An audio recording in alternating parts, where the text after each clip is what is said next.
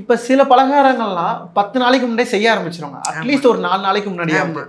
அந்த பலகாரங்களை படைக்கலாமா மேம் தீபாவளி அன்னைக்கு சாமி கிட்ட? தீபாவளிக்கு மட்டும் வந்து பார்த்தீங்கன்னா ஒரு நான் தான் சொன்னனே, சாஸ்திரமும் சம்பிரதாயமும் கிடையவே கிடையாது. நீங்கள் கடையில் வாங்கி வச்ச ஸ்வீட்டை கூட சுவாமிக்கு நைவேத்தியம் பண்ணலாம்.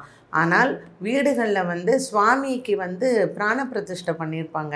ஸோ நித்திய பூஜை பண்ணுறவங்க வந்து அன்றைக்கி காலையில் கொஞ்சமாக சக்கரை பொங்கல் பண்ணுறதோ, இல்லை ஒரு கேசரி பண்ணுறதோ, ஒரு பாயசம் பண்ணுறதோ, வடை, இது எல்லாம் சுவாமிக்கு வந்து படைப்பாங்க.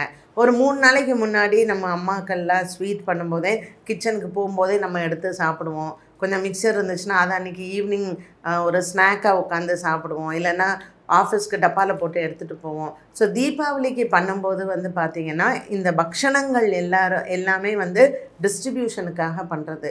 சுவாமிக்கு நெய்வேத்தியம் பண்ணுறது அப்படிங்கிறது தீபாவளி அன்னைக்கு காலையில் ஒரு சக்கரை பொங்கல் பண்ணுறதோ, பாயசமோ, கேசரியோ, இது எல்லாம் அந்த வடையோடு சேர்ந்த ஒரு நெய்வேத்தியமாக இருக்கும்.